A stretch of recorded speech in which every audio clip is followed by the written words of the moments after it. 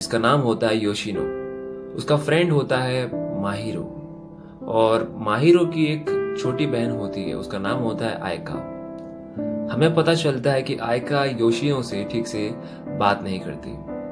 उसके बाद scene change होता है और हम एक लड़की को देखते हैं जिसे कि एक डिब्बे में बंद करके एक सुनसान आइलैंड पर छोड़ दिया गया है, और वो इन सब चीजों के लिए सैमन नाम के एक आदमी को ब्लेम करती है। और वो लड़की कहती है कि वो इस हाल में मैजिक नहीं इस्तेमाल कर सकती। एक्चुअल में वो लड़की एक प्रिंसेस होती है और उसका नाम होता है कुसारबे हकाजे, पर हम उसे बुलाएंगे सिर्फ हकाजे क्योंकि बहुत ही लंबा नाम है यार, तुम्हें भी समझ में आता है, ठीक है। और वो उनकी क्लैन की सबसे स्ट्रॉन्गेस्ट मैजिशियन होती है। और दूसरी तरफ हम उस सैमन नाम के आदमी को देखते हैं। एक आदमी सैमन से पूछता है क्या प्रिंसेस को उस आइलैंड पर अकेले छोड़ने से क्या हमें उससे छुटकारा मिल जाएगा। सैमन कहता है कि वहां उस आइलैंड पर ऐसा कुछ भी नहीं है जिसे वो ऑफरिंग की तरह यूज कर सके, और बिना ऑफरिंग के वो मैजिक नहीं कर सकती। ऑफरिंग मतलब चढ़ावा, ठीक है यहाँ पर, और इसलिए प्रिंसेस की कहानी इस आइलैंड पर ही खत्म हो जाएगी। और दूसरी ओर प्रिंसेस को पता होता है कि सैमन ने इस आइलैंड के आसपास एक मैजिक कर दिया है जिसकी वजह से ये आइलैंड बाहर के लोगों के लिए एक तरीके से इनविजिबल है और कोई उसे बचाने के लिए यहाँ पर आ नहीं सकता।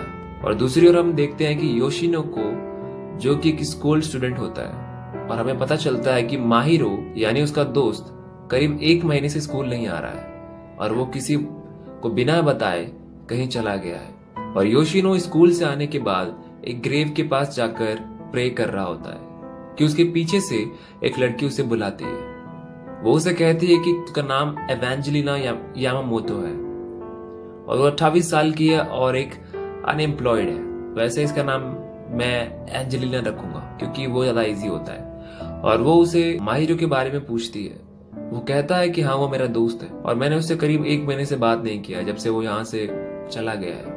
पर एंजेलिना सडनली उस पर गन तान देती है। ये देखकर योशिनो चौंक जाता है। एंजेलिना कहती है कि गवर्नमेंट ने 2 टाउन्स को क्वारंटाइन किया था, पर उन दोनों टाउन में एक लड़के को देखा गया, उसने इंसान की जान बचाई।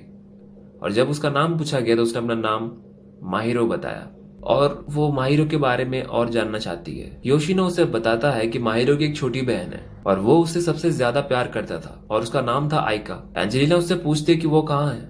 वो कहता है कि ठीक तुम्हारे पीछे, यानी उस कब्र में। जिसके बाद हम एक फ्लैशबैक देखते हैं, आयका कैसे मरी। हमें पता चलता है कि एक बार आयका के घर में कुछ लोगों ने अटैक किया चोरी के लिए, और जिसमें उन लोगों ने उसका मर्डर कर दिया। योशिनो इस बात पर यकीन करता है क्योंकि ऐसा पुलिस ने कहा था, पर माहिरो को इस बात पर यकीन नहीं होता है। वो कहता है कि इतने दिनों से इन्वेस्टिगेशन चल रही है पर अब तक कुछ पता नहीं चला, और इसलिए वो खुद उस मर्डरर को ढूंढेगा और उसे सजा देगा। और उसी के बाद माहिरो गायब हो गया था। एंजेलिना उससे पूछती है कि मतलब तुम्हें सच में कुछ नहीं पता, और योशिनो खुद को बचाने के लिए उसे डिस्ट्रैक्ट करता है और उस पर अटैक करता है, पर एंजेलिना उस पर भारी पड़ती है। वो शायद उस पर अटैक करने वाली होती है कि तभी एक लाइट चमकती है और एक लड़का सडनली एंजेलिना पर अटैक करता है, और वो लड़का एक्चुअल में माहिरो होता है। योशिनो उससे पूछता है कि तुम यहाँ सडनली कहाँ से आ गए। वो कहता है कि उड़ के, और क्या।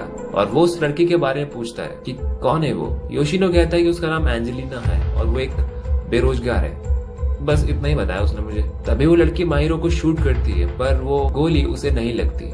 वो किसी तरह के मैजिक का यूज करके उस गोली को रोक लेता है। एंजेलिना कहती है कि अच्छा तो तुम उन जादूगरों के साथ मिल चुकी हो। माहिरो पूछता है कि क्या तुम गवर्नमेंट के लिए काम करती हो। वो कहती है कि नहीं, वो बस एक वॉलंटियर है। और वो उसे ब्लैक आयरन डिजीज के बारे में पूछती है और उन दोनों में फाइट हो जाती है। एंजेलिना के कई बार शूट करने पर भी माहिरो को कुछ नहीं होता और वो एंजेलिना पर अटैक करके उसे बेहोश कर देता है। जिसके बाद माहिरो योशिनो को वहां से चलने के लिए कहता है। वहां से नीचे जाते हुए योशिनो को एक आदमी नीचे गिरा दिखता है। वो उसके पास उसकी हेल्प करने के लिए जाता है, पर माहिरो कहता है कि कोई फायदा नहीं। वो लड़की जिस डिजीज के बारे में बोल रही थी, ब्लैक आयरन डिजीज, ये वही है जिसकी वजह से वो आदमी एक लोहे के स्टैचू की तरह जम गया है और ये पूरी की पूरी सिटी इससे इफेक्ट हो चुकी है। एक इसी तरह के पैंडेमिक की तरह दिखाई देता है, पर असल में एक मैजिक है और इस सिटी से पहले ये और दूसरी सिटीज में भी हुआ है, पर गवर्नमेंट नहीं चाहती कि ये बात बाहर आए, इसीलिए उन्होंने उन जगह को क्वारंटाइन कर दिया और शायद कुछ देर में इस जगह को भी कर दे।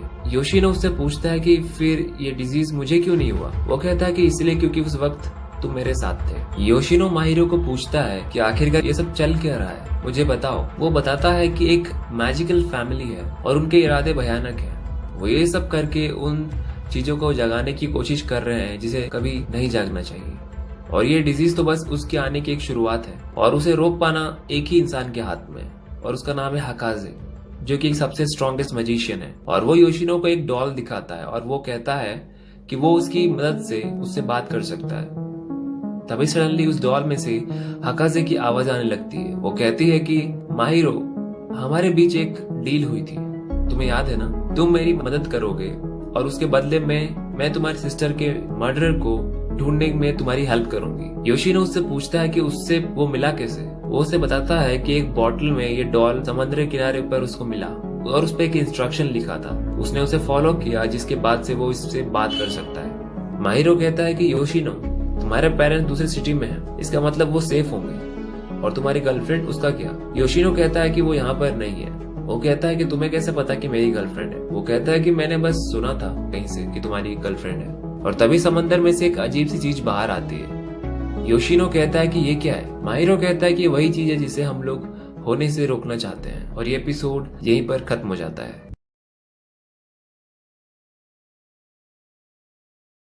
सेकंड एपिसोड में योशिनो उसे उस अजीब सी चीज के बारे में पूछता है। माहिरो उसे बताता है कि वो एक फ्रूट है और वो अलग अलग सिटी से निकल रहे हैं और सभी एक तरफ की ओर बढ़ रहे हैं। और अगर वो सभी फ्रूट्स एक जगह पर मिल गए तो अपने असली रूप में आ जाएंगे, यानी कि सब खत्म हो जाएगा और हमें यही होने से अवॉइड करना है। माहिरो कहता है कि योशिनो, हमें एक जगह जाना है। योशिनो से पूछता है कि कहाँ पर?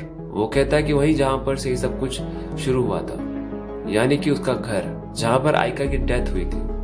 वो लोग वहां पर जाते हैं। हकाजे कहती है कि एक स्टील की नाइफ होगी उन वेपन्स में से जो कि मैंने तुम्हें दिए थे। योशिनो के पूछने पर माहिरो कहता है कि ये टैलिस्मन है जिसमें कि मैजिक सील्ड है।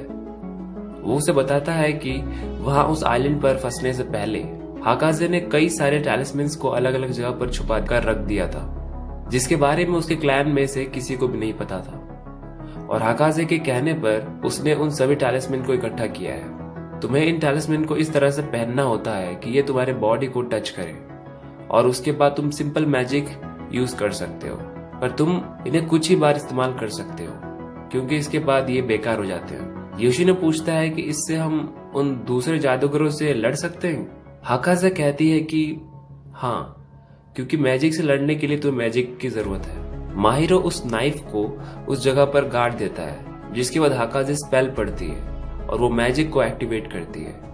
वो कहती है कि ये एक्सीडेंट 1 साल पहले हुआ था, इसलिए उसे कुछ टाइम लगेगा। जिसके बाद वो योशिनो को कहता है कि ये सिटी बहुत ही जल्दी क्वारंटाइन कर दिया जाएगा, इसीलिए उसे यहाँ से चले जाना चाहिए अपने पेरेंट्स के पास। और वो उसे जाने से पहले उसे टैलिस्मन देता है और वो कहता है कि इसके पास होने से तुम्हें वो डिजीज नहीं होगी और इसे तुम अपने डिफेंस और हाई स्पीड मूवमेंट के लिए यूज कर सकते हो। बस तुम्हें मैजिक को यूज करने से पहले थोड़ा सा उस चीज को इमेजिन करना होगा। और वो कहता है कि हाँ, उन बटरफ्लाई से दूर रहना, क्योंकि उनका मतलब है कि वो फ्रूट वहां से निकलने वाला है। और वो कहता है कि आइका के किलर को मारने के बाद वो वापस आ जाएगा और तब मुझे तू अपनी गर्लफ्रेंड से जरूर मिलाना। और वो वहां से चला जाता है।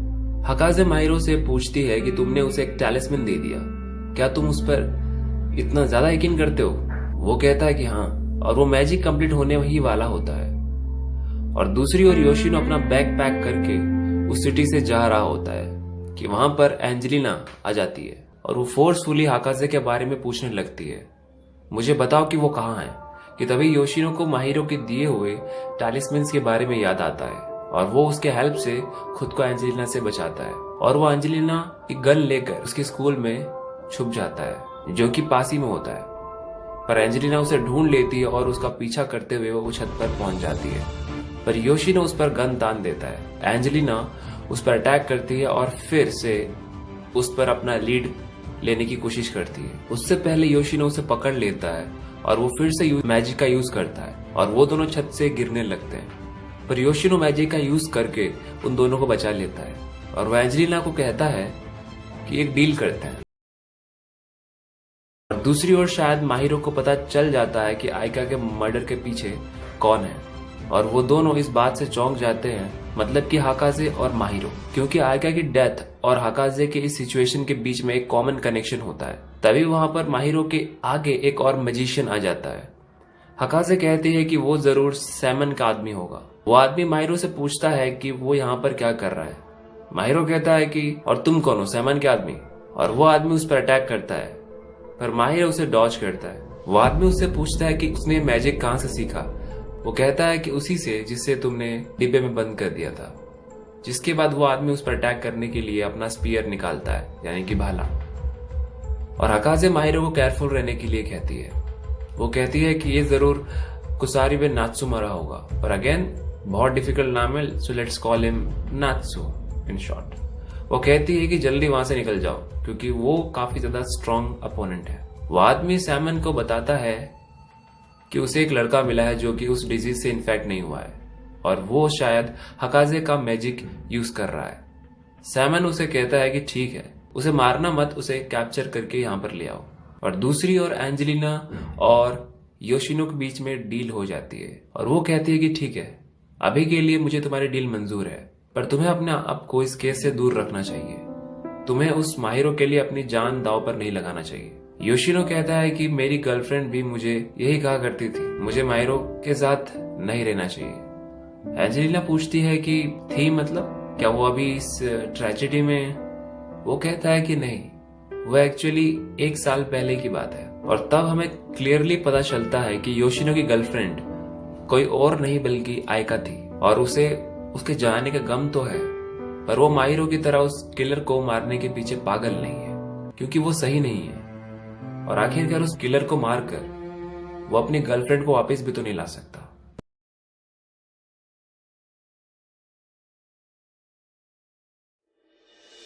और इस एपिसोड के स्टार्ट होते ही हम नात्सु और माहिरो के बीच की फाइट देखते हैं। माहिरो से फाइट करते वक्त नात्सु को यकीन हो जाता है कि ये पावर प्रिंसेस की है, पर नात्सु उसे हरा रहा होता है, क्योंकि ऑब्वियसली यार माहिरो ने मैजिक में क्रैश कोर्स किया था और नात्सु ने डिग्री ले रखी है, तो फर्क तो दिखेगा ही। माहिरो नात्सु से बचकर थोड़ी देर के लिए छुप जाता है, पर वहां पर योशिनो आ पहुंचता है। वो कहता है कि वो उसकी हेल्प करना चाहता है। माहिरो कहता है कि उसे यहाँ पर वापस नहीं आना चाहिए था। योशिनो कहता है कि अगर मेरी गर्लफ्रेंड को पता चला, हाँ मुझे मारेगी नहीं, बट हाँ उसे अच्छा नहीं लगेगा कि मैंने अपने दोस्त को अकेला छोड़ दिया, वो भी ऐसे सिचुएशन में। वो दोनों नात्सु से बचकर भाग रहे होते हैं। हाकाजे माहिरो को कहती है कि फाइट करने से कुछ नहीं मिलेगा, जल्दी से वहां से निकलो, पर माहिरो नहीं मानता और वो उससे लड़ने के लिए चल देता है। और जाने से पहले वो डॉल वो योशिनो को दे देता है। जब तक कि वो फाइट कर रहा होता है, तब तक हाकाजे योशिनो को मैजिक के बारे में समझा रही होती है कि कुसारिबे क्लैन में, यानी कि उनके क्लैन में कि लोग मैजिक का यूज डिफेंस, हीलिंग और प्रोटेक्शन के लिए करते हैं। इसीलिए उनके मैजिक में ऐसा कोई डायरेक्ट अटैक करने वाला मैजिक नहीं है। डायरेक्ट अटैक से मेरा मतलब ड्रैगन बॉल जी का कामेहामेहा ले लो, मतलब एग्जांपल। योशिनो पूछता है कि अगर अटैक करने वाला कोई मैजिक नहीं है तो नात्सु अपने उस स्पीयर यानी कि उस भाले से इतना ज्यादा तबाही कैसे मचा रहा है। वो कहती है कि वो एक्चुअल में डिफेंस शील्ड का ही यूज कर रहा है, पर जो कि उसका भाला काफी तेज है और साथ ही साथ काफी धारदार है, इसीलिए वो एज अ वेपन की तरह काम कर रहा है। हाकाजे उसे बताती है कि एक्चुअल में ये सभी मैजिक पावर एक ट्री से मिलती है और वो लोग उसकी पूजा करते हैं, यानी कि उसके क्लैन के लोग, और उस ट्री का नाम है जेनेसिस ट्री। उस ट्री से मैजिक पाने के लिए उन्हें 2 चीज चाहिए। पहले ये कि मैजिक करने वाला कुसारिबे क्लैन का ही कोई होना चाहिए, क्योंकि वो ही स्पेल पढ़ सकता है और वो ही उस ट्री से मैजिक के लिए हेल्प मांग सकता है। और दूसरा ये, उसे कुछ ऑफर करना पड़ेगा, और वो लोग ट्री को सिर्फ ऐसी चीज ही ऑफर कर सकते हैं जो कि मैन मेड हो, like cars, buildings, machines etcetera. Yoshino को काफी अजीब लगता है, क्योंकि एक ऐसा मैजिक जिसे यूज करने के लिए ऐसी अजीब सी ऑफरिंग करनी पड़ती है। वहां दूसरी ओर माहिरो काफी बुरी तरह से हार रहा होता है और उसके सारे टैलिस्मन्स एक एक करके बेकार हो रहे होते हैं, और वो उससे बचने के लिए एक जगह पर छुप जाता है। पर तभी उसे अपनी बहन की याद आती है और वो उसे लड़ने के लिए वापस खड़ा हो जाता है। हाकाजे योशिनो को कहती है कि जल्दी से माहिरो को रोको, क्योंकि ये जगह पूरी तरह से मैन मेड चीजों से भरी हुई है, यानी कि नात्सु के पास इस जगह पर एडवांटेज है वो जितने चाहे उतने ज्यादा स्पेल्स का यूज कर सकता है, जबकि दूसरी ओर माहिरो सिर्फ तब तक ही मैजिक का यूज कर सकता है जब तक उसके पास टैलिस्मन्स है। तभी योशिनो को 2 मिलिट्री हेलीकॉप्टर्स दिखते हैं और वो उस सिटी के बाहर निकलने वाले हर एक रास्ते को एक एक करके बंद कर रहे होते हैं, यानी कि उस सिटी को क्वारंटाइन कर रहे होते हैं। जैसा कि माहितो बता रहा था, ये बात योशिनो समझ जाता है और वो हकाजे को पूछता है कि क्या वो मैजिक से मरे लोगों को जिंदा कर सकता है। वो मना कर देती है। वो कहती है कि हमारे मैजिक नेचर के लॉजिक को फॉलो करते हैं, और क्या तुम्हें लगता है कि किसी मरे को जिंदा करना नेचर के लॉजिक में है? यानी सिंपल फॉर्म में कहूं तो वो ऐसा नहीं कर सकते। और उसे पता चल जाता है कि माहिरो इंजर्ड है और वो इसीलिए हीलिंग मैजिक का यूज करके माहिरो की लोकेशन का पता लगा लेता है और वो उसे वहां से उसके साथ भागने के लिए कहता है। जैसे ही वो टनल के एंड तक पहुंच जाते हैं, वहां पर मिसाइल से अटैक होता है, पर वो दोनों वहां से बचकर निकल जाते हैं, जबकि नात्सु वहीं फंस जाता है। हकाजे को अच्छा लगता है कि चलो कोई तो दिमाग से सोचता है। नात्सु उस हादसे में बच जाता है और वो सैमन को कहता है कि वो उनको नहीं पकड़ पाया। सैमन कहता है कि कोई बात नहीं, फिलहाल हमें अपने काम पर ध्यान देना चाहिए। वो ट्रेन से दूसरी सिटी में जाते वक्त माहिरो योशिनो को बताता है कि आइका को मारने वाला कुसारिबे क्लैन में से ही कोई एक है, पर हकाजे को इसके बारे में कुछ नहीं पता कि ये किसने किया होगा। और इस बात से योशिनो काफी ज्यादा चौंक जाता है। उसे समझ नहीं आता कि आखिरकार ये किसी ने अनजाने में किया या फिर आइका की मौत कोई प्लान मर्डर था। और ये एपिसोड इस सस्पेंस के साथ यहीं पर खत्म हो जाता है।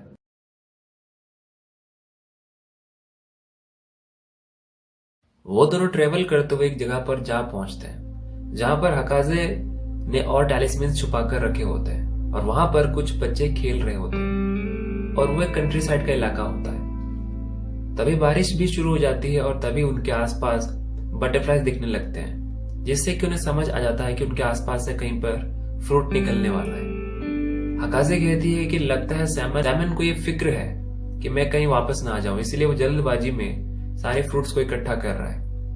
योशिनो वहां पर प्रेजेंट एक ओल्ड कपल को टैलिस्मैन देकर उन्हें बचाने की कोशिश करता है और वो उन्हें उस डिजीज के बारे में भी बताने की पूरी कोशिश करता है, पर वो उस पर यकीन नहीं करते और वो चले जाते हैं। जिसके बाद वो उन बच्चों की हेल्प करने की कोशिश करता है, पर अफसोस काफी देर हो चुकी होती है और वो लोग ऑलरेडी आयरन में ट्रांसफॉर्म हो चुके होते हैं। जिसके बाद वो लोग एक पास ही के घर में यानी कि योशिनो और माहिरो जाकर पहुंचते हैं और वहां के हाउस ओनर्स ऑब्वियसली स्टैचू बन चुके होते हैं, इसीलिए वो लोग उस हाउस में रात को रेस्ट करने का फैसला करते हैं। माहिरो बात ले रहा होता है और दूसरी ओर योशिनो दोनों के लिए खाना पका रहा होता है और वो साथ साथ हकाजे से भी बात कर रहा होता है। हकाजे योशिनो से पूछती है कि वो एक दूसरे को कब से जानते हैं। वो कहता है कि बचपन से, जब वो एलिमेंट्री स्कूल में थे। वो कहती है कि तुम दोनों काफी अलग हो, आखिरकार तुम दोस्त कैसे बने? वो कहता है कि वो पहले जब मिले तब दोस्त नहीं थे। माहिरो एक अमीर फैमिली से था और साथ ही वो काफी पढ़ाई में अच्छा था और स्पोर्ट्स में भी, और इसीलिए शायद वो दूसरों की कद्र नहीं करता था। पर मुझे कोई फर्क नहीं पड़ता था क्योंकि मैं तो उससे दूर ही रहा करता था। पर एक दिन जब वो स्कूल से घर लौट रहा था, तब एक लुटेरा जो कि पुलिस से बचकर भाग रहा था, उसके साथ माहिरो का एक्सीडेंट हो गया, जिससे कि वो बच तो गया पर उसे काफी सारी हड्डियों में फ्रैक्चर आ गया और हॉस्पिटल में ना चाहते हुए भी उसे उसकी क्लास टीचर के साथ जाना पड़ा माहिरो से मिलने के लिए, जहां पर माहिरो उससे एक रिक्वेस्ट करता है। वो कहता है कि उसका एक्सीडेंट जानबूझकर किया गया है और उस बाइकर पर किसी का शक ना जाए, इसलिए उसने चोरी करके भागने का नाटक किया ताकि वो मुझे गलती से एक्सीडेंट हुआ बोल के बच जाए। योशिनो कहता है कि तो ये बात तुम्हें पुलिस और अपने डैड को बतानी चाहिए। माहिरो कहता है कि ऐसे ही मुझ पे कोई यकीन नहीं करेगा, इसलिए वो चाहता है कि वो उसके लिए कुछ सबूत इकट्ठा करे, और ना चाहते हुए भी योशिनो को उसका रिक्वेस्ट एक्सेप्ट करना पड़ता है। उसके रिक्वेस्ट करने पर वो मान जाता है और वो जल्दी से सबूत गैदर करके उसके पास ले आता है, क्योंकि उसे माहिरो से जल्दी छुटकारा चाहिए था। वो माहिरो को बताता है कि उसे पता चला है कि जिस आदमी ने उसे मारने की कोशिश की, यानी कि वो बाइकर, उसके कनेक्शन है एक आदमी के साथ और वो आदमी उसका डैड के ऑफिस में काम करता है। माहिरो कहता है कि इस आदमी को मेरे पापा ने निकाल दिया था जॉब से।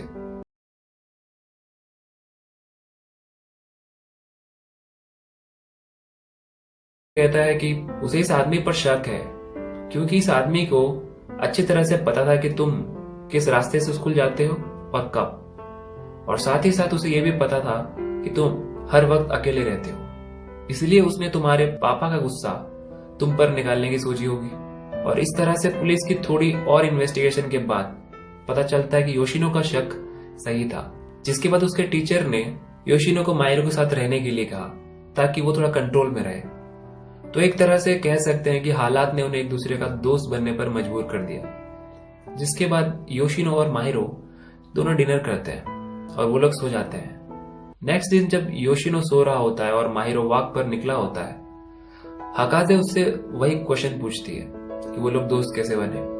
माहिरो कहता है कि एक वियर्ड एक्सीडेंट के बाद उन्हें एक साथ रहना पड़ा, उसके बाद कुछ और हुआ और फिर कुछ और जिसके बाद वो लोग ऐसा करते हुए दोस्त बन गए।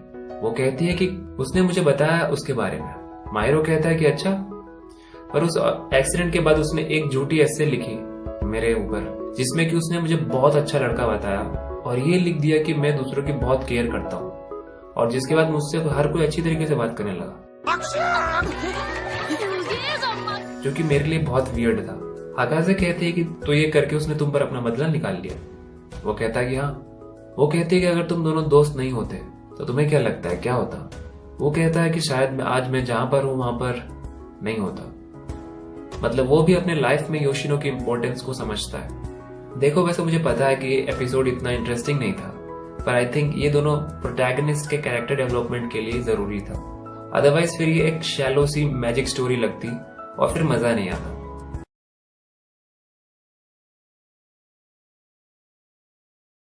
एपिसोड के शुरू होते ही हम देखते हैं कि वो दोनों उस जगह से आगे बढ़ चुके होते हैं और किसी तरफ बढ़ रहे होते हैं। हकाजे उन्हें कहती है कि क्या तुमने ठीक से उन फ्रूट्स के डायरेक्शन को देखा था, क्योंकि वो तुम्हें सैमन के पास यानी उस ट्री ऑफ एक्सोडस के पास ले आ सकते हैं। और दूसरी ओर हम सैमन को देखते हैं और उसके साथ नात्सु होता है और वो लोग उसी जगह पर होते हैं जहां पर वो उस ट्री को जगाने की कोशिश कर रहे होते हैं। सैमन को फिक्र होती है कि कहीं वो लोग उन्हें ढूंढ ना ले, क्योंकि अगर वो सब मिलकर भी प्रिंसेस को हराने की कोशिश करे तो भी ये कर पाना इम्पॉसिबल होगा, क्योंकि वो सबसे स्ट्रॉन्गेस्ट मैजिशियन है। नात्सु कहता है कि फिक्र की क्या बात है, हमने इस जगह को इनविजिबल बैरियर से छुपा के रखा है, वो इस जगह को नहीं ढूंढ पाएंगे। सैमन कहता है कि जगह को ढूंढा जा सकता है अगर वो उन फ्रूट्स की डायरेक्शन को फॉलो करे, जो कि वो लोग एक्चुअली कर रहे होते हैं। और दूसरी ओर हमें यह पता चलता है कि उसने यानी सैमन ने प्रिंसेस को ना मारकर उसे एक आइलैंड पर क्यों छोड़ दिया। इसका रीजन ये है कि सैमन जल्दी जल्दी उन फ्रूट्स को इकट्ठा कर रहा है। तो अगर इन केस कभी वो ट्री ऑफ एक्सोडस, जो कि दूसरी ट्री का नाम है, अगर वो बेकाबू हो गया तो उन्हें कुछ करके उसे रोकना होगा, और उसे रोक पाने की स्ट्रेंथ सिर्फ प्रिंसेस में है। इसलिए सैमन ने उसे एक इंश्योरेंस के तौर पर जिंदा रखा है। नात्सु कहता है कि प्रिंसेस ने जरूर ऐसे काम के लिए पावरफुल टैलिस्मैन को छुपा कर रखा होगा। सैमन कहता है कि मुझे पता है, इसलिए तेत्सुमा, जो कि एक और आदमी होता है और उनके ग्रुप का होता है, वो उन लोकेशंस पर जाकर टैलिस्मैन्स को ढूंढ रहा होता है जहां पर की प्रिंसेस गई हुई है। दूसरी ओर माहिरो और योशिनो चलते हुए एक एक्वेरियम पहुंच जाते हैं जहां पर की हाकाजे ने टैलिस्मैन छुपा कर रखा होता है। उस जगह पर जाते ही योशिनो को याद आ जाता है कि इस जगह पर वो पहले भी आया है, पर आइका के साथ। और हम एक फ्लैशबैक देखते हैं जहां पर कि आइका योशिनो को कहती है कि जो भी होता है वो किसी न किसी रीजन की वजह से होता है। और योशिनो और माहिरो दोनों उस टैलिस्मैन को रिकवर कर ही चुके होते हैं कि वहां पर तेत्सुमा आ जाता है। माहिरो उन पर अटैक करता है, पर वो लोग उसे पकड़ लेते हैं। और दूसरी ओर योशिनो उस वेल के स्केलेटन को उन पर गिरा देता है और वो उनके ऊपर गिरने लगता है, जिससे कि उसका फायदा उठाकर वो दोनों वहां से भाग जाते हैं और कहीं पर छुप जाते हैं। माहिरो हकाजे को कहता है कि शायद वो तेत्सुमा तुम्हें पसंद नहीं करता, क्योंकि वो तुम्हें बहुत कुछ बोल रहा था। वो कहती है कि तेत्सुमा को वो चीज पसंद नहीं जो कि लॉजिकल है। ऐसा है कि हमारे क्लैन के लोग जिनेसिस ट्री को कुछ ऑफर करते हैं और उसके बदले ट्री उनकी हेल्प करता है, पर जिनेसिस ट्री, जो कि मैं एक प्रिंसेस हूँ, वो मुझे प्रोटेक्ट करता है, और इसीलिए तेत्सुमा को ये इलॉजिकल लगता है। माहिरो कहता है कि तुम्हारी मदद करता है, मतलब वो कहती है कि तुम्हारे पास मेरा मैसेज का मिलना कोई कोइंसिडेंस नहीं था, ये जरूर ट्री ऑफ जेनेसिस ने किया होगा मुझे प्रोटेक्ट करने के लिए। तभी योशिनो को आयका की बात याद आ जाती है और वो सोचता है कि कहीं ऐसा तो नहीं है कि आयका की मौत के पीछे भी ट्री ऑफ जेनेसिस का हाथ है, ताकि माहिरो दुनिया को बचा सके। क्योंकि अगर आयका की डेथ कभी हुई ना होती तो आज माहिरो कभी सिचुएशन में पड़ता ही नहीं।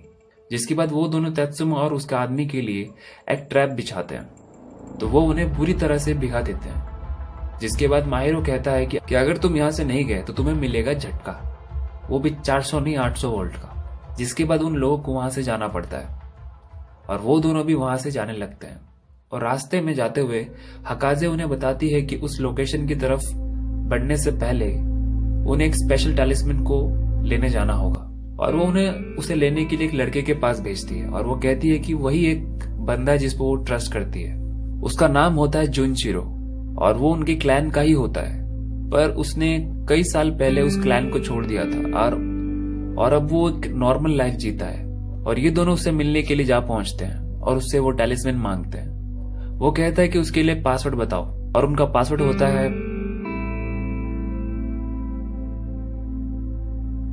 I know, it's far more than weird.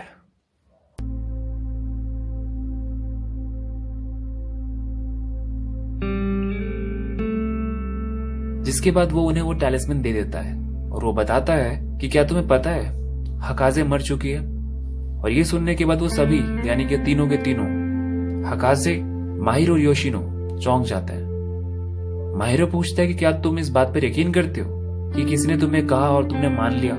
वो कहता है कि नहीं, मैं सुने हुए बातों पर यकीन नहीं करता। वो कहता है कि मैं इस पर यकीन करता हूँ क्योंकि मैंने खुद उसकी बॉडी को वेरीफाई किया है। और ये एपिसोड यहीं पर इस सस्पेंस के साथ यहीं पर खत्म हो जाता है।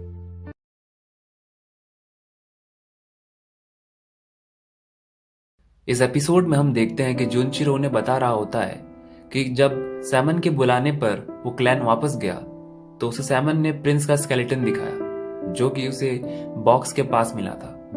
और सैमन ने जुनचिरो को सारी बातें बताई कि किस तरह से उन्होंने हकाजे को उस आइलैंड पर छोड़ दिया और उन्हें वहां पर उसकी लाश मिली है। और जुनचिरो ये गारंटी के साथ इसलिए कह सकता है कि वो हकाजे की लाश है क्योंकि उसने यकीन है कि वो स्कल हकाजे का है। जिसके बाद वो दोनों वहां से चले जाते हैं, यानी कि माहिरो और योशिनो। और सिटी में एक फ्रूट निकलता है, इसलिए वो दोनों रात को एक जंगल में रुकते हैं। माहिरो योशिनो को कहता है कि तुम्हें पता है क्या, मैंने सुना है कि आयका का एक बॉयफ्रेंड था। योशिनो कहता है कि नहीं, मुझे नहीं पता। और तभी उन पर अटैक होता है और कुछ सोल्जर्स योशिनो को वहां से लेकर चले जाते हैं और वो माहिरो को बेहोश करके वहीं छोड़ जाते हैं। एक्चुअली वो एंजेलिना होती है और ये योशिनो का प्लान होता है। और एंजेलिना उसे लेकर एक आदमी से मिलाती है जिसका नाम होता है ताकुमे। और वो मिलिट्री के ऑर्गेनाइजेशन का हेड होता है जो कि मैजिक से रिलेटेड अफेयर्स को संभालती है। और योशिनो उसे वो सब इंफॉर्मेशन देता है जो कि उसे पता है ताकि वो उन लोगों की हेल्प कर सके। और वो उनसे कुछ फ्लैश ग्रेनेड्स और एक गन ले लेता है और वहां पर माहिरो उसे बचाने के लिए आ जाता है। और उसे ये सच पता ना चल जाए कि वो मिलिट्री वालों की हेल्प कर रहा है, इसीलिए योशिनो गाड़ी से कूद जाता है और वो दोनों वहां से चले जाते हैं। और इसके बाद हम एक फ्लैशबैक देखते हैं जहां पर कि हमें बताया जाता है कि माहिरो और आयका जो कि एक दूसरे के रियल बहन और भाई नहीं है। आयका माहिरो की स्टेप सिस्टर होती है और एक्चुअल में जब वो आयका से मिला होता है वो उसे लाइक करने लगता है, पर वो अपने फीलिंग्स को कभी एक्सेप्ट नहीं कर पाता। योशिनो को भी पता होता है कि अगर ये दोनों किसी और कंडीशन में मिले होते एक दूसरे से तो शायद आज हालात कुछ और होते, शायद एक दूसरे को ये लाइक करते मे बी। और हम देखते हैं कि योशिनो और आयका माहिरो से बच बच कर मिलते हैं, उसे इस बात की भनक तक नहीं लगने देते। पर बेचारे दोनों एक दूसरे को किस करना चाहते हैं और वो कभी हो ही नहीं पाता। आयका योशिनो को कहती है कि तुम कभी भी एक मैन की तरह लीड नहीं करते और जब उन्हें मौका मिलता है फिर भी नहीं कर पाते क्योंकि अब बंदी का मूड नहीं है, मतलब प्लान कैंसिल और क्या। बेचारा योशिनो, मतलब रात को माहिरो किस करने नहीं देता, दिन में बंदी का मूड नहीं होता, मतलब भाई करे तो करे क्या।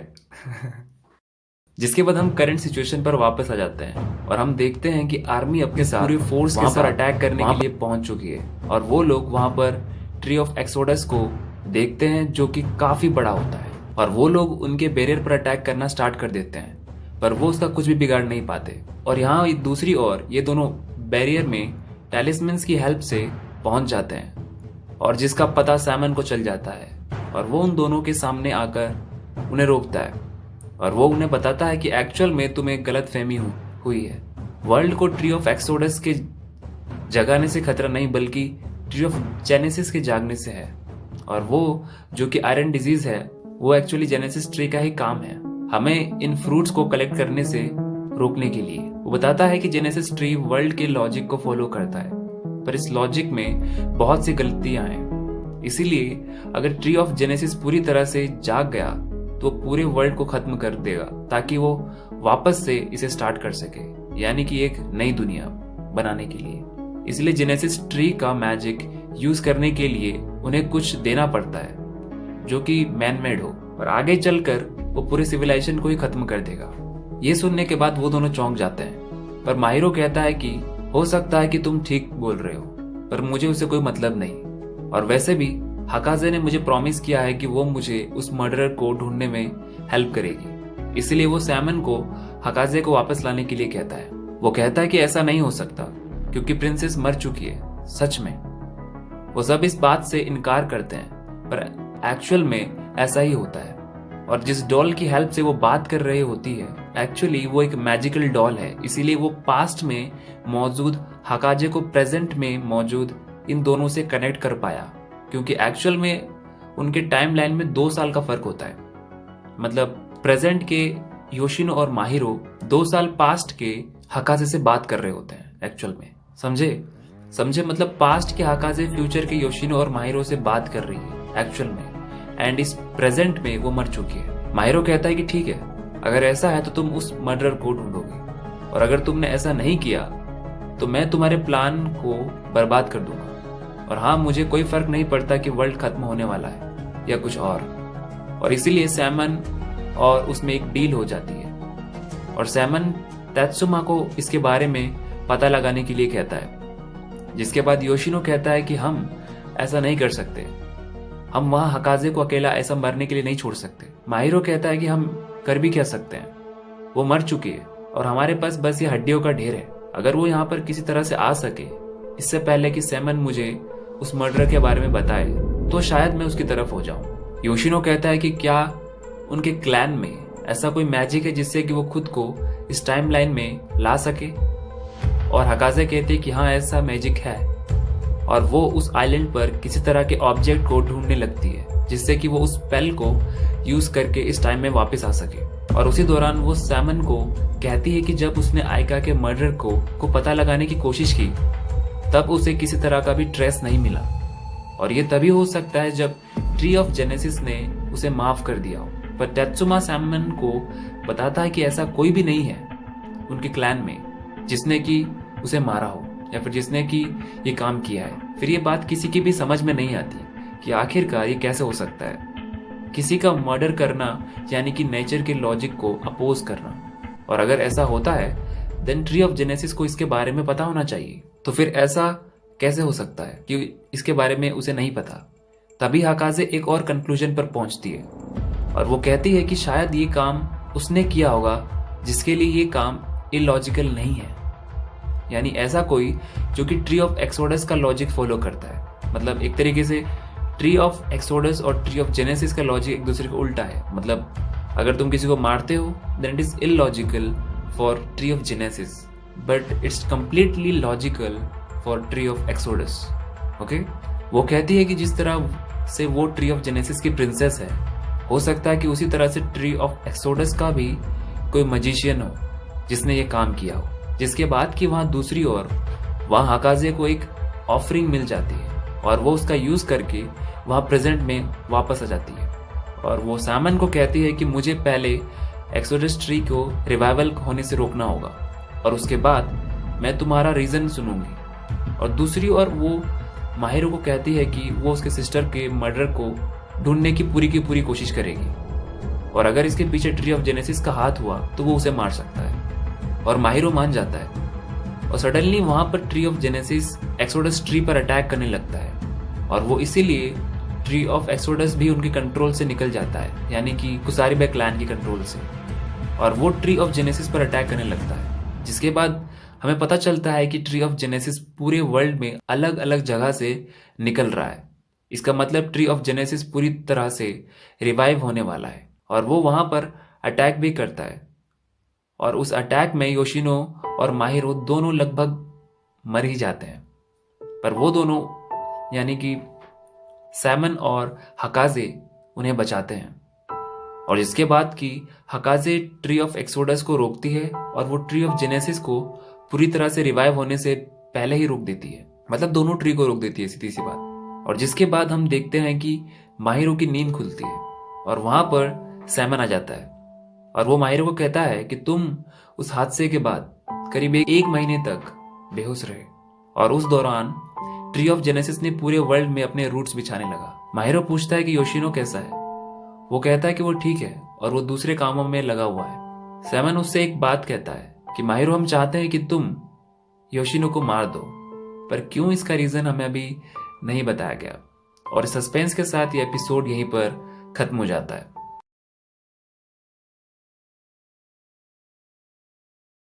सैमन माहिरो को योशिनो को मारने के लिए इसीलिए कहता है क्योंकि उसे लगता है कि योशिनो ही मेज ऑफ एक्सोडस है और उन्हें लगता है कि शायद हकाजे को योशिनो पसंद आने लगा है और उसी के कहने पर शायद वो ट्री ऑफ जेनेसिस को रिवाइव भी कर दे। इसीलिए वो लोग ऐसा करने के लिए सोच रहे होते हैं। और साथ ही उन लोगों ने मेज ऑफ एक्सोडस के बारे में रूमर्स फैला दिए होते हैं ताकि वो अगर लोगों के बीच हो तो कुछ एक्शन ले और उन्हें पता चल जाए। और दूसरी ओर योशिनो और हकाजे जर्नी पर होते हैं और उस दौरान उन्हें एक लड़का मिलता है और वो उन्हें बताता है कि वो मेज ऑफ एक्सोडस है और उसे ये बात कुछ महीने पहले ही पता चली। करीब करीब वही डेट होती है जिसके आसपास ट्री ऑफ एक्सोडस वाला इंसिडेंट हुआ था और वो लोग ये बात बाकी सबको बताते हैं और योशिनो और हकाजे अपनी जर्नी कंटिन्यू रखते हैं और वो उस लड़के को जिसका नाम होता है हानेमुरा, वो एंजेलिना के साथ जाता है और वो लोग वेरीफाई करते हैं कि वो सच में मेज ऑफ एक्सोडस है या नहीं है। पर वो सच में होता है और वो ये बात को प्रूफ भी करके दिखाता है, जिसके बाद कि वो उसे उनके ठिकाने पर लेकर जाते हैं और वहां पर माहिरो उससे कुछ सवाल पूछता है क्योंकि उन्हें जो कि पहले से ही शक था कि मेज ऑफ एक्सोडस ने ही आयका को मारा है, तो वो इस चीज को कंफर्म कर रहा होता है। और बाद में माहिरो को पता चलता है कि हानेमुरा कभी भी आयका को नहीं मार सकता क्योंकि उसकी फिजिकल स्ट्रेंथ इतनी नहीं है कि वो आयका को फाइट में हरा दे। और दूसरी बात ये कि हानेमुरा को ब्लड से डर लगता है, तो फिर वो ऐसा कभी भी नहीं कर सकता। जिसके बाद कि वो लोग हानेमुरा को ट्रेनिंग देते हैं ताकि वो आने वाले मिशन के लिए रेडी हो सके। और साथ ही साथ दूसरी ओर हम लोग जुनशिरो को देखते हैं जो कि हकाजे और योशिनो से जाकर मिलता है और वो हकाजे से कहता है कि क्या उसे योशिनो से प्यार हो गया है। पहले तो मना करती है पर फिर वो मान जाती है कि हाँ, उसके अंदर योशिनो को लेकर फीलिंग्स हैं। जिसके बाद कि जुनशिरो उसे कहता है कि अगर ऐसा है तो बहुत बड़ी मुसीबत की बात है क्योंकि जो कि योशिनो की पहले से ये गर्लफ्रेंड है, अगर वो यानी कि हकाजे उसे पसंद करने लगी है तो वो ट्री ऑफ जेनेसिस शायद उसकी गर्लफ्रेंड को मारने की कोशिश करेगा हकाजे के बिहाफ पर। और ये सुनने के बाद हकाजे कहती है कि ठीक है, वो खुद पर कंट्रोल रखेगी और वो उसके प्यार में नहीं पड़ेगी। और असल में ये तो होने से रहा। जिसके बाद की दूसरी ओर बाकी सब लोग हानेमुरा को ट्रेन करने के बाद उसे एक कॉस्ट्यूम पहनाते हैं और उसे कहते हैं कि अब जो रूमर्स वो लोग फैला रहे थे उसे अब सच करने का वक्त आ गया है। और वो लोग उनके सिटी में एक जेनेसिस ट्री के रूट को खत्म कर देते हैं और बाकी सब लोग मेज ऑफ एक्सोडस पर यकीन करने लगते हैं। और दूसरी ओर उन्हें ट्री ऑफ जेनेसिस को फैलने से रोकना था, तो फिलहाल के लिए उनके पास यही एक आइडिया था उसे रोकने का। जिसके बाद कि वो लोग सोचते हैं कि शायद मेज ऑफ एक्सोडस की बॉडी और उसका हार्ट 2 अलग अलग जगह पर है। इसका मतलब कि हो सकता है योशिनो ही मेज ऑफ एक्सोडस है क्योंकि उसकी सोच और उसका एक्शन मेज ऑफ एक्सोडस से मिलते हैं। पर हानेमुरा के पास पावर है, तो शायद मेज ऑफ एक्सोडस की फुल स्ट्रेंथ 2 बॉडी में एग्जिस्ट कर रही है। और एक्चुअल में ये सच नहीं होता, ये उनकी हाइपोथेसिस होती है, मतलब ये उनकी इमेजिनेशन होती है। जिसके बाद कि वो लोग सोचते हैं कि अगर वो लोग योशिनो के गर्लफ्रेंड का पता लगा ले तो शायद वो उसका यूज करके योशिनो से सच बुलवा सकते हैं, और वो लोग उसकी गर्लफ्रेंड कौन हो सकती है इसके बारे में सोचने लगते हैं। और योशिनो की गर्लफ्रेंड कोई और नहीं बल्कि आयका ही है, और माहिरो इस बात को डाइजेस्ट नहीं कर पा रहा होता है। और दूसरी ओर हाकाजे योशिनो से अपना लव कन्फेस करती है और उसकी परेशानी के बारे में भी बताती है, और वो कहता है कि ऐसा नहीं हो सकता, जेनेसिस ट्री से उसकी गर्लफ्रेंड को कोई खतरा नहीं है, क्योंकि एक्चुअल में उसकी गर्लफ्रेंड पहले से ही मर चुकी है। और तब वो उसे बताता है कि एक्चुअल में उसकी गर्लफ्रेंड आयका ही है, मतलब थी, और वो उसके डेथ पर काफी रोने लगता है, और वो अपने सारे इमोशंस को ड्रेन करता है जो कि उसने अभी तक अपने अंदर छुपाया था। और उसके बाद कि वो यानी कि हाकाजे और योशिनो अपनी जर्नी को एंड करते हैं, और हाकाजे हानेमुरा की ट्रेनिंग में उसकी हेल्प करती है ताकि वो और स्ट्रांग बन सके, क्योंकि उन्हें ट्री ऑफ जेनेसिस को खत्म जो करना होता है। जिसके बाद कि माहिरो योशिनो से मिलता है और वो उसे बताता है कि उसे उसके गर्लफ्रेंड के बारे में पता चल गया है, पर वो कहता है कि पहले मुझे फिक्र थी कि आयका का बॉयफ्रेंड कौन है, पर ये जानने के बाद कि तुम उसके बॉयफ्रेंड थे मुझे कोई दिक्कत नहीं है। जिसके बाद कि वो सब लोग मिलकर एक मीटिंग करते हैं, और जिसमें कि हाकाजे कहती है कि वो इस बात का पता लगाने के लिए कि आयका को किसने मारा है वो पास्ट में जाएगी और इस बात का पता लगा कर रहेगी, और माहिरो और बाकी सब इस बात में हामी भरते हैं। जिसके बाद कि हाकाजे अपनी उस मैजिक से उसी टाइम में वापस जाती है उस आइलैंड पर जहां पर कि वो फंसी हुई थी, और उसे उनके टाउन में पहुंचने में करीब 1 महीना लगता है। और उस दौरान हानेमुरा की स्किल्स काफी इंप्रूव हो चुकी होती हैं, क्योंकि वो लोग बचे हुए फ्रूट्स को कलेक्ट कर रहे होते हैं ताकि वो लोग ट्री ऑफ एक्सोडस को फुली रिवाइव कर सकें। और दूसरी ओर वो लोग उन ट्री ऑफ जेनेसिस को हटाने की कोशिश कर रहे होते हैं, पर कुछ लोग ट्री ऑफ जेनेसिस के सपोर्ट में होते हैं, क्योंकि ट्री ऑफ जेनेसिस की वजह से क्राइम रेट काफी हद तक कम हो गया होता है, क्योंकि ट्री ऑफ जेनेसिस सारे के सारे वेपन्स को अब्सॉर्ब कर लेता है। इसलिए वॉर या फिर ऐसी कोई भी प्रॉब्लम होने से पहले ही ट्री ऑफ जेनेसिस उन्हें अवॉइड कर देता है। एंजेलिना कहती है कि हो सकता है कि ये एक प्लस पॉइंट है, पर वो लोग आने वाले खतरे को देख नहीं पा रहे। दूसरी ओर जब हाकाजे योशिनो के टाउन में पहुंचती है, उसे पता चलता है कि करीब 4 घंटे के अंदर आयका की डेथ होने वाली है, और तभी उसे वहां पर आयका दिखाई देती है। पर हाकाजे उसे देखकर पैनिक हो जाती है और एक बिल्डिंग के ऊपर पहुंच जाती है अपने मैजिक का यूज करके, और वो चौंक जाती है जब उसे पता चलता है कि आयका भी वहां पर है और उसके पीछे खड़ी है, और वो कहती है कि शायद तुम उस क्लैन से हो जो कि ट्री ऑफ जेनेसिस को प्रोटेक्ट करते हैं। हाकाजे उससे कहती है कि आखिरकार उसे ट्री ऑफ जेनेसिस के बारे में कैसे पता, और वो इतनी जल्दी बिल्डिंग के ऊपर कैसे आई। आयका उसे अपना इंट्रो देती है और वो कहती है कि वो भी एक मैजिशियन है, पर ट्री ऑफ जेनेसिस की नहीं बल्कि ट्री ऑफ एक्सोडस की, यानी कि मेज ऑफ एक्सोडस कोई और नहीं बल्कि खुद आयका ही है। जिसके बाद कि वो उसे पूछती है कि हाकाजे को माहिरो योशिनो और उसके बारे में कैसे पता चला, जिस पर कि हाकाजे उसे सारी बातें बताती है, और वो उसे ये भी बात बताती है कि कुछ ही देर में उसका मर्डर होने वाला है। आयका थोड़ा सा डल बिहेव करती है, पर वो इतना ज्यादा शॉक रिस्पॉन्स नहीं देती है, और वो कहती है कि ट्री ऑफ जेनेसिस को तो तुम्हें खत्म करना ही होगा, वरना वो कुछ सालों में पूरे सिविलाइजेशन को खत्म कर देगा।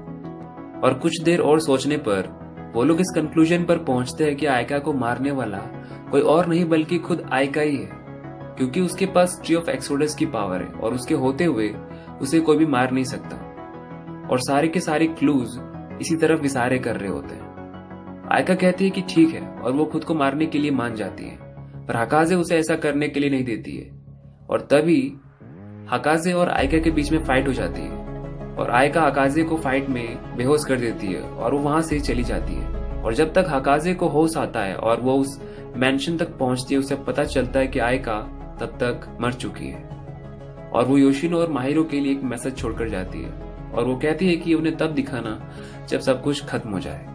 जिसके बाद कि वो वापस प्रेजेंट में जाती है और उसे पता चलता है कि सी के बीचों बीच से एक बहुत बड़ा ट्री दिखाई दिया है, और इस चीज के बारे में आयका ने पहले अपने लेटर में लिखा होता है। वो एक्चुअल में ट्री ऑफ जेनेसिस का कोर होता है, मतलब अगर वो लोग उसे खत्म कर देते हैं देन ट्री ऑफ जेनेसिस पूरी तरीके से खत्म हो जाएगा। और जिसके बाद कि हाकाजे उन सभी को बताती है पास्ट में क्या हुआ और आइका की डेथ कैसे हुई, और वो ये भी बताती है कि ट्री ऑफ जेनेसिस को कैसे खत्म करना है।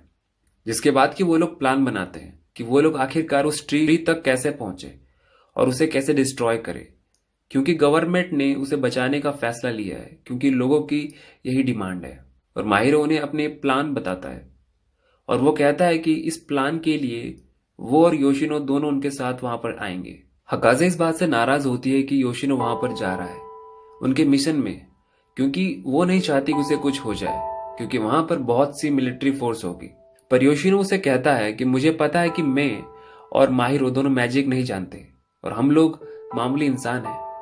पर पिछली बार आइका ने हमें इस इम्पोर्टेंट मैटर के बारे में बताना जरूरी भी नहीं समझा। हम लोग उसकी हेल्प नहीं कर सकते थे, मैं मानता हूं, पर एटलीस्ट हम लोग ट्राई तो कर सकते थे। और इसीलिए इस बार हम लोग तुम्हें वहां पर अकेले नहीं जाने देंगे और इसीलिए हम तुम्हारा साथ देना चाहते हैं। और जिसके बाद कि अगले दिन वो लोग अपने प्लान पर काम करना स्टार्ट कर देते हैं और उनके प्लान के मुताबिक उनका एक बोट जिसे वो लोग इनविजिबल करके उनके अटैक रेंज के पास पहुंचते हैं। और जिसके बाद कि हाकाजे मेज ऑफ एक्सोडस बनकर उन शिप्स पर हमला करने के लिए ट्राई करती है और तभी वहां पर हानेमूर आ जाता है और वो डांसिंग प्रिंसेस बना होता है और वो हकाजे के अटैक्स को रोकता है। वो ऐसा इसलिए करता है क्योंकि ट्री के ज्यादा पास जाने से कुसारिबे क्लान का मैजिक काम नहीं करेगा, इसीलिए वो उन सभी शिप्स पर अटैक कर रही होती है ताकि वो लोग उसका पीछा करें और हानेमुरा का रास्ता क्लियर हो जाए और वो आसानी से ट्री के पास पहुंच सके।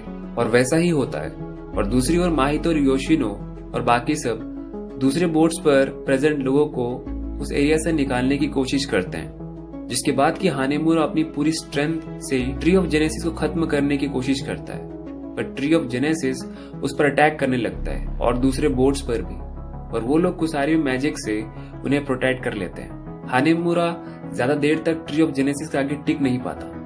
तभी दूसरी ओर tree of exodus fully revive हो जाता है और वो खुद को एक स्वॉर्ड में बदल लेता है और वो सीधे हानेमुरा के पास आ पहुंचता है और वो यानी कि हानेमुरा उस स्वॉर्ड की हेल्प से जेनेसिस ट्री के उस कोर को खत्म कर देता है और उसी के साथ साथ पूरे दुनिया भर से जेनेसिस ट्री का वजूद भी खत्म हो जाता है। और इस इंसिडेंट के बाद हमें 1 महीने के बाद का सीन दिखाया जाता है और हमें पता चलता है कि वर्ल्ड धीरे धीरे वैसे स्टेट में वापस आने लगा जैसे कि पहले था।